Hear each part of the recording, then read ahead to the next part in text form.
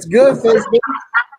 It's your boy Just Jasper for another installment of your favorite number one show on the NBS network. Nothing but sports shows. To my left, right here, introduce yourself like only you can do.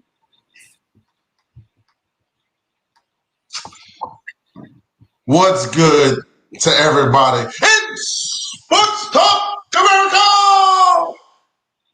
It's your boy, J Franchise, aka thatdude.com, aka the great sports analyst to ever bless the sports waves. Ready to bless y'all with some great sports knowledge. And oh, by the way, we're going to do this courtesy of our nice glass of wine. Tonight, my brother, he's having a nice Riesling. I'm having a nice Moscato. Let's go. Yes, indeed. Oh, before we get into the hot topics, right? I definitely want to send a shout out to one of my favorite WNBA players. I consider her to be, at one point it was Cheryl Swoops, but now it's her. Not only because one day, I just pray that she goes on to the Hall of Fame and does great things, and I love her on Inside the NBA as well. Congratulations to Candace Parker on getting on the cover of NBA 2K22, and I'm just so happy because there's so many girls out there that aspire to play the game and aspire to do great things, and this is a huge thing because you don't get that. I know for me, all the 2Ks that I played were always guys on the cover. But it's just so beautiful to see a female on the cover. So I just want to send my congrats to Candace Parker, man. That's a huge, huge look, man. Huge look. Definitely. I'm a big gamer myself. I say a big gamer. I do it every once in a while.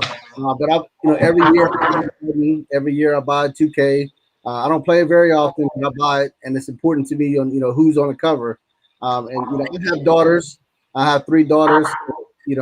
It's important to me for them to be able to look up to somebody and say, hey, I can do that. Be a boy, be that if that's what I want to do in my life. So anytime you see a woman grace the cover of a man-dominated industry, sport, whatever it is, anytime you see a woman break through those walls, you have to commend them. And so I'm proud to see it happen this year. It's amazing for all women's sports. I hope it opens up more opportunities for the WNBA and for women because at the end of the day, they deserve just as much as any man does. So correct. That's definitely correct. And to see the game and where it's going today, it just says a lot. It really, really says a lot. So let's go ahead and get into these topics tonight, man. I'm pretty sure we got some hot takes, man. I know we're going to talk about the NBA Finals. Probably going to talk about Conor McGregor. Oh my God, this guy's got me so heated on so many levels, and so much more. But go ahead, Justin. Let's get right into it. All right. Well, the first topic, like you firstly said, the NBA Finals, man, that's the biggest topic going on right now. Everyone thought it was a done deal. The Suns were running away with the series. It was 2 blowout wins in Phoenix over the Bucks. But the Greek Freak and Middleton have really made this a series. Now it's 2. Who do you see having the advantage going into Game 5, a pivotal Game 5? So on paper, the Bucks look like the team to beat. I'll just be honest. The Bucks are very, very tough. Once Danilo Sarge went down, that hurt. I didn't realize how much that really meant to that front line. And once Giannis figured out, dude, I cannot be guarded. DeAndre Ayton cannot guard me. Nobody can guard me. They picked apart Phoenix. And I hate to say this about Devin Booker. Devin Booker is an elite offensive threat, but this guy makes some of the most boneheaded defensive plays ever. Sometimes I'm just sitting back like, dude, if you just move your feet and you just be patient, they're gonna put the ball in your hands. But you don't do that. You reach, you foul crazy. Like sometimes I'm like, Devin Booker, what's wrong with you? Are you okay? Like, no. Like, like at the end of the game, like there was a point like Drew Holiday goes to the rim. The rep bailed, he ultra bailed Devin Booker out. Ultra, I mean, I'm sitting back like, this is a foul. So if you're asking me in terms of the advantage, I think the advantage is in favor of the Bucks. However, I think that with time comes adjustments. I don't think Phoenix is done. We have yet to see the best of Chris Paul yet. Exactly. I think, and some people might say, "Oh, Chris Paul's tired," but bruh, in a 2-3-2 format where 3, 4, and 5 go to the lower seed, which is Milwaukee. I think Phoenix can somehow, if Phoenix loses Game 5, I think they can pull Game 6. I also think if Phoenix wins Game 5, I think this is over in 6. Because I don't think Phoenix wants any parts of a Game 7. So to me, on paper, the advantage is Milwaukee because of the momentum.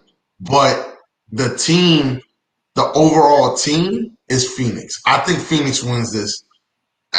I actually joked around with one of my players about this today. I think Phoenix wins in 7. Although I don't think Phoenix wants a Game 7. I think if it came down to Game 7, Phoenix is the better team. They are.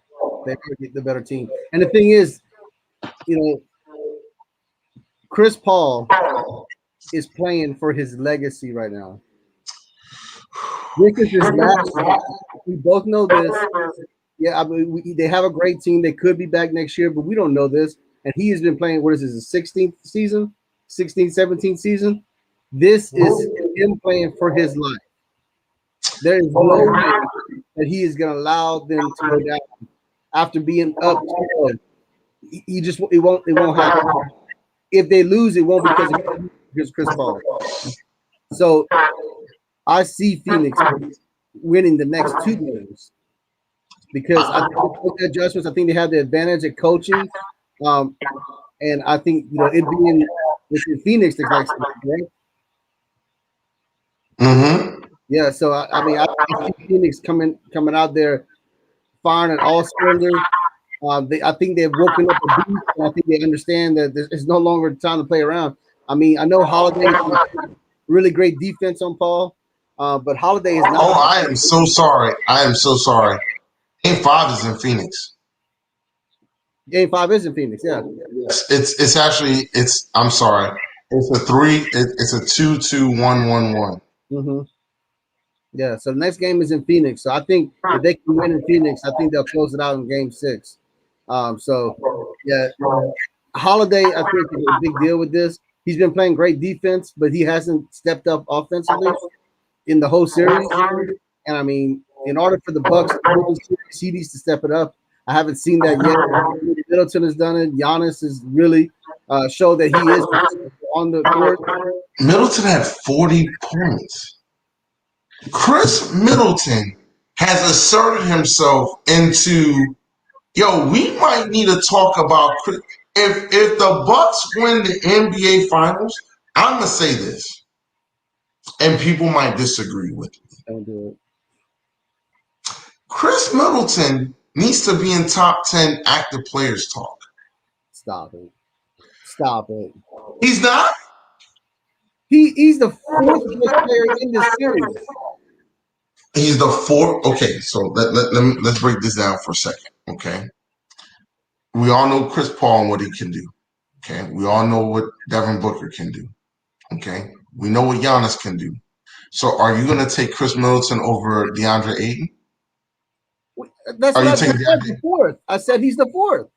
Right, but what I'm saying is that active players, active. We're not talking about the finals. I'm talking about active players. Exactly. So if he's only fourth Chris Middleton needs to be out in of the two top teams, 10. you're telling me he's 10th in the whole league? Get out of I here. think he needs to be number 10. Get out of there. Get out of here, man. Come on. Bruh. You've been drinking a little bit too much Moscato tonight. You need to settle down on that because you've had a little too much tonight. No, well, think about this for a second, right? A lot of people see Chris Middleton as the Robin to Giannis being the Batman. And Giannis is, quite frankly, a top 5 player in the league right now, right or wrong. Yeah. My thing is that when you talk about a guy, like I think a guy that asserted himself very well throughout not only the playoffs but also in this finals. This dude, again, it's very hard to put up 40 points, 30, 40 plus points in the NBA finals. I hate to say this, but he does deserve it. He deserves it. The dude, bro, you gotta remember something. Last year, Giannis goes down. This dude balls out. Giannis gets hurt last series. He balls out.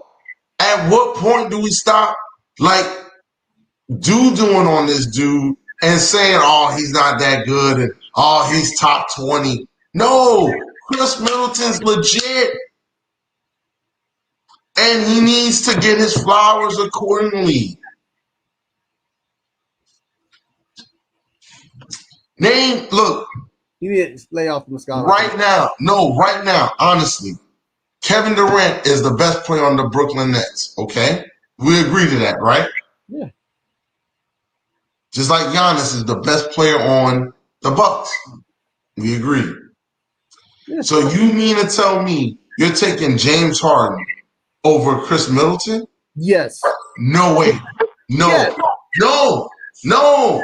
How many MVPs has Chris Middleton? No. How many MVPs? Bro, check this out. MVP is a fan-based award. Get out of here. Come on. It's fan-based and it's based on, look, James Harden won MVPs. What is that? Has James Harden won a title? Has Chris Middleton won a title? He hasn't. But if the Bucks win, why are we stopping this? Come on, man. Stop it. So we're saying Chris Middleton's a bum? He's not a bum. He's not. We can discuss that later. But speaking of Chris Middleton, that brings us to our next topic. Chris Middleton is in a group of 3 players that are in this series right now that will, once the series ends, be making a trip to Tokyo to join Team USA, which looks like they need it. Do you think that Team USA is in trouble with their first 2 losses? They bounce back and beat Argentina. Do you think it's fair to not win the gold this year? I'm gonna say this, and okay, I'm gonna say 2 statements. So number 1, I think that USA basketball will bounce back from this with the Devin Bookers, the Chris Middletons, and company. But I also have a funny feeling we may not even have an Olympics, let alone. No, I'm just being honest. Look, right now there's a report saying USA and Australia might not play because of the Bradley Beal COVID test. We're about to go through another spike. Why put ourselves through this again? I think that, and I don't want this to sound wrong. I think another outbreak might actually be good for USA basketball because there's no leader on that team. If you're trusting Kevin Durant to lead a team, you're dead wrong. I love Kevin Durant, but he's not a leader. LeBron, if LeBron was playing, they don't lose those 2 games at all. They don't. If Steph Curry was playing, they don't lose those games. Okay? I just don't think that this team, with the makeup that they have today, with all these guys that just want to shoot the three, run, shoot the three, and not play a lick of defense, and then cry about calls. Bro, the FIBA rules are tough. They make you play through stuff. You ain't getting what you get in the NBA. Sorry. Jason Tatum, man up. I'm sorry. Man up. Grow up. Man up. At the end of the day, I think with the players that are supposed to be there, they'll be better. But I also feel like we may not even have an opportunity to see this Olympics because of the COVID spike. But go ahead.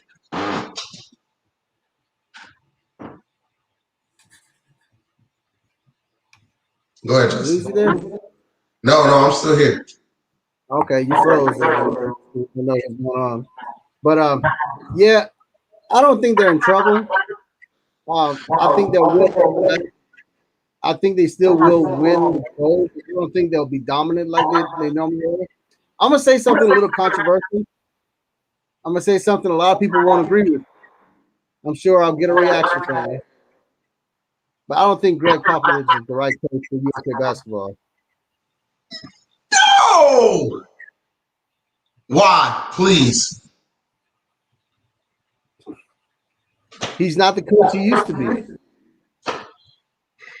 Coach K had a really good chemistry with USA basketball, and these NBA players would really respond to Coach K. I don't know what it was about him. You know, he didn't coach in the NBA. He's a college coach, but every time USA assembled, it was a really good chemistry with Coach K. Greg Popovich is really just looking at his press conferences, the excuses he's making, the things that he's saying doesn't seem to resonate really well with him, and whether he really gets what's happening out there. It just seems like he's not the same coach that he was when he won, with Tim Duncan and David Robinson. He's just not that same guy. And I think I miss Coach K. I can partially agree with you on it. The problem I have is that you guys are the best of the best in the whole entire world. And y'all just don't get that the ball needs to move. Pop's not lying when he's saying the words, hey man, you guys have got to start playing better basketball. This game of basketball is boring. It just doesn't work. Like it just does not work. And if you're asking me to give you an honest synopsis, I just believe that it's not the coach, it's the players that need to buy in to what he's selling. If you're not gonna buy into what he's selling, you'll buy. Buy Felicia, straight up. So I can't blame him anymore. I just can't. They shot way too many threes. They argue and complain about calls. It just doesn't work that way. I'm sorry. It doesn't work. So for me, I can't blame Coach Pop, but I do also look at the how do I say this? Bless you. I do blame it on the culture of basketball because of the whole 3-point shot, the 3-point shot, the 3-point shot. You got other countries that move the ball and get easier shots and things of that nature in order for the game to work smoothly. So maybe it's just a matter of, hey, let's get back to the drawing board and like let's do stuff that works and actually listen to Pop because Pop knows what he's talking about. So, but all those things you just said, a lot of that has to do with coaching. Listen, they're grown men, bro. They're grown men. When you give a grown man $100+ million and you tell him to win games, them dudes can get in their feelings at all costs. You give me 500K, hey man, how many threes you want me to make? I got you. That's it. This generation of basketball players are totally different, like super different. You're right. All right. Well, speaking of Greg Popovich, one of his former players, Quentin Leonard, had ACL surgery this week because he injured himself in the playoffs. They're talking about he could be out for almost the entire season next year. Do you see that affecting him staying in LA? Will he be a Clipper next year? Um, this is a tough one. It's a player option. If I'm Kawhi Leonard, I would exercise the player option. If you go into free agency, they're gonna lowball you. They will lowball you to the end. 9 months from now will probably put you at what's this? July. It puts you at April, potentially.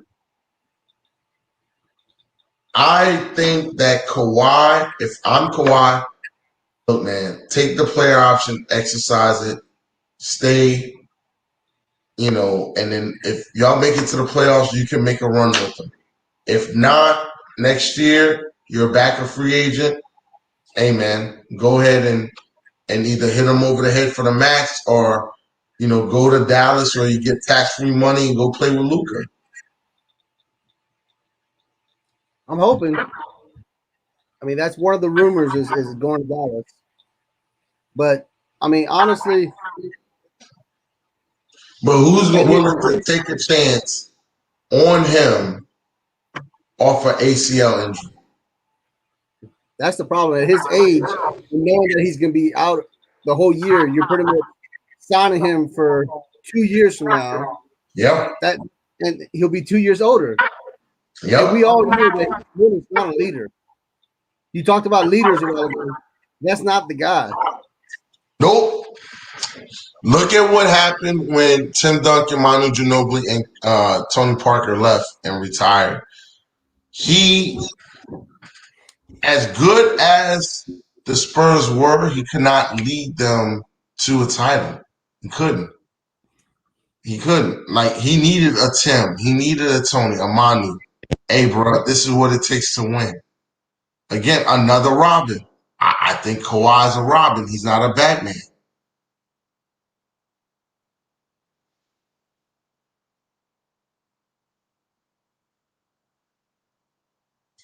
So my co-host is having some technical difficulties over here. I'm gonna go ahead and go to the next. I think I can hear you fairly well. Sorry about that. No, you're okay. I mean, the next one we have on the board is NFL news. We have Richard Sherman. I mean, big. It was shocking news for most people. I mean, including myself. I didn't see this coming. As a Saints fan, I was honestly hoping this guy would get signed to the Saints this year. But Richard Sherman was arrested this week on felony charges of burglary, domestic violence, which is a big deal. And they actually his bond, which, I work in the criminal justice system. It is very, very rare that they deny bond on people. I mean, I've seen murderers have bonds. So this is a pretty serious matter. Do you see that tarnishing his legacy? And do you see him as a Hall of Fame player in the future? Actually, just then, a judge just ordered that Richard Sherman to be released from jail without bail.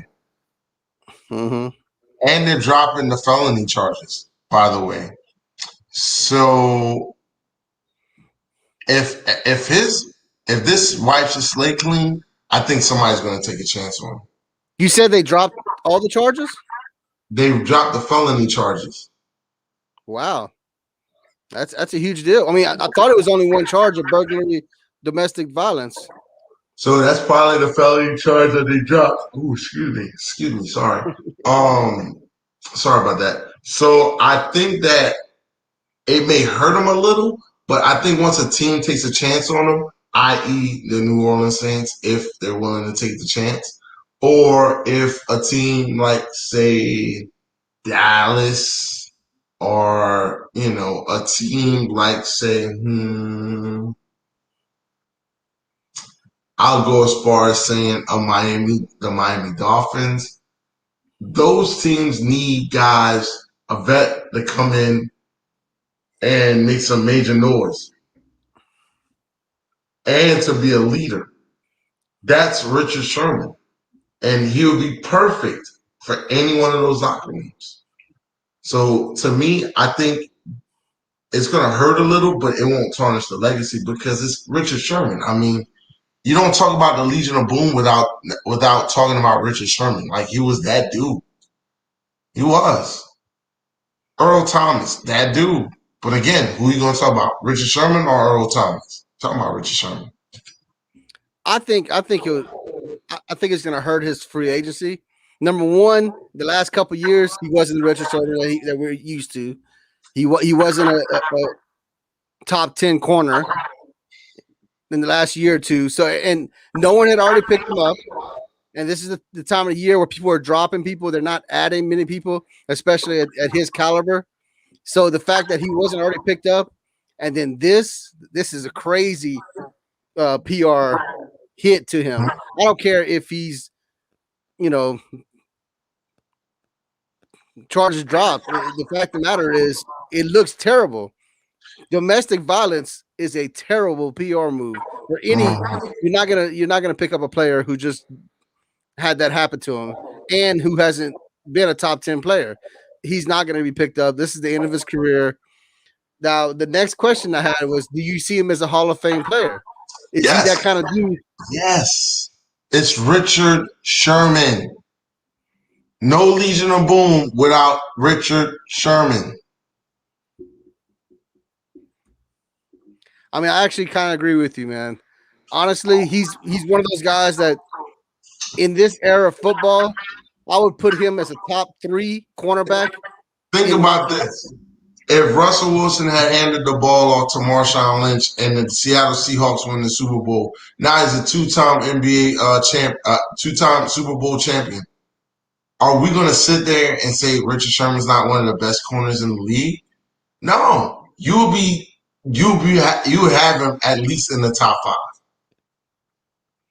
Definitely. I mean, I agree with you. I think he's a Hall of Famer, but we'll see how this unfolds and where it goes. And I think if there's something like this were happen where he would be found guilty of it, I think that could affect his Hall of Fame career. Right. Him being a Hall of Famer. But if what you're saying, breaking news tonight, then that could be great for his legacy and him being a Hall of Famer. This is true. Well, we got one more final topic tonight. Big fight this past week. You got the hometown hero from Lafayette, Louisiana, Dustin Poirier, defeating Conor McGregor for the 3rd time, by the way. I mean, for the 2nd time out of 3 times. But it was out of TKO because Conor McGregor broke his ankle.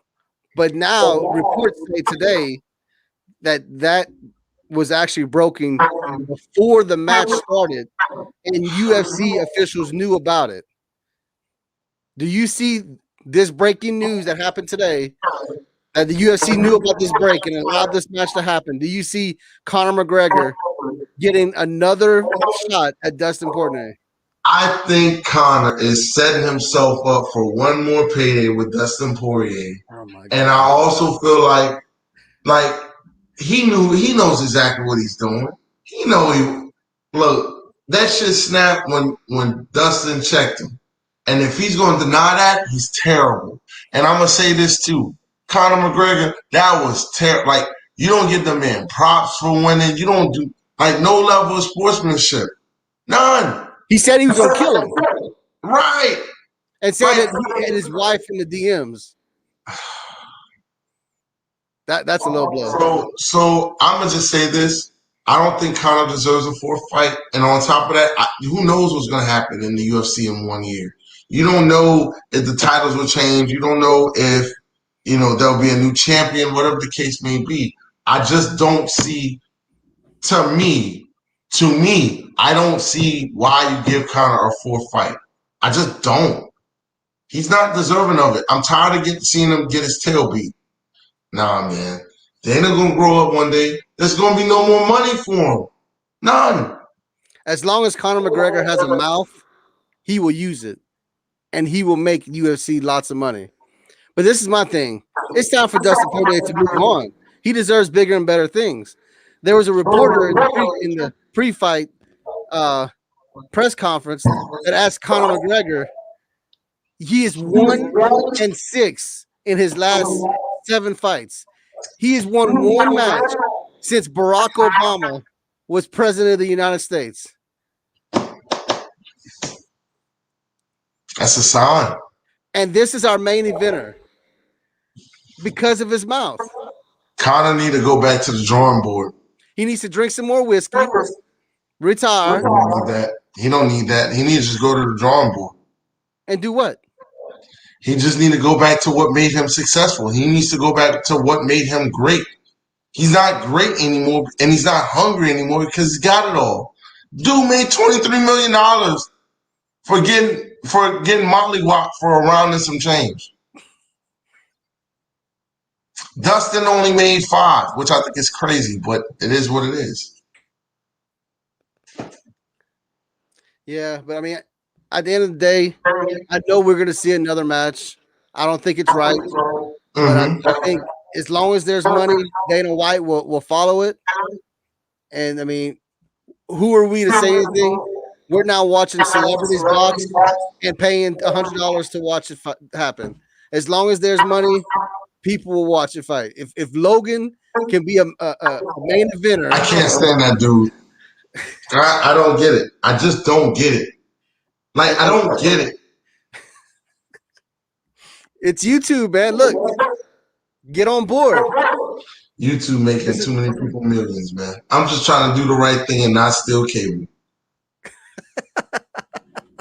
I just don't get it. I just don't. But nevertheless, go ahead. All right, man. Well, that's pretty much our topics for the week. I had a really good show. It's time for our shout-outs, man. Who you got? All right, man. I definitely want to send a shout-out to our first responders. I definitely want to send a shout-out to, everybody in D.C., Maryland, Virginia that's been rocking with us. Shout out to True and the NBS Central crew. I want to send my condolences to my dude, Payoffs and Nickel, who just lost his father today. I definitely want to send special shout outs, to all my high school graduates, guys that have already graduated. Hey, man, keep grinding, keep trying to be amazing.